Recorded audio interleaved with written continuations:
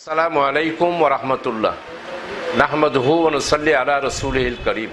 সম্মানিত দেশবাসী, ভাইসব, একটি ভুল অনলাইনে একটি বক্তব্যের কারণে যেই ভুল বিভ্রান্তি হয়েছে, সেই বিভ্রান্তির ব্যাপারে আমি আমার বক্তব্য তুলে ধরার জন্য আজকে লাইভে এসেছি। বিশিষ্ট আলেমে দ্বীন, ইমাম ও খতিব মরহুম মৌলানা রইসউদ্দিন এর অনাকাঙ্ক্ষিত হত্যাকাণ্ড নিয়ে আহলে সুন্নতুল জামাত সহ দ্বীনে প্রেমিক জনতা প্রতিবাদ মুখর হয়েছে।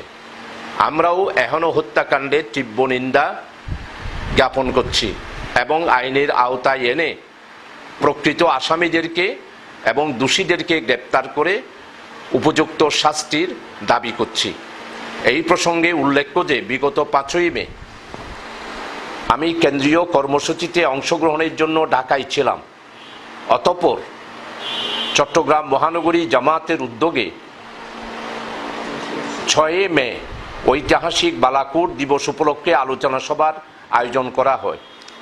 উক্ত আয়োজনে সভাপতির বক্তব্য রাখার সময় তথ্যগত বিভ্রাট ঘটায় আমার কথায় দেশের অন্যতম দ্বীনি শিক্ষা প্রতিষ্ঠান জামে আহমদিয়া সুন্নিয়া মাদ্রাসায় তল্লাশি প্রসঙ্গে একটি ভুল তথ্য উঠে আসে।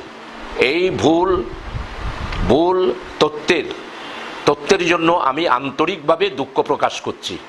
আমি আশা করি এই সমস্ত ভ্রান্তি ভুলে গিয়ে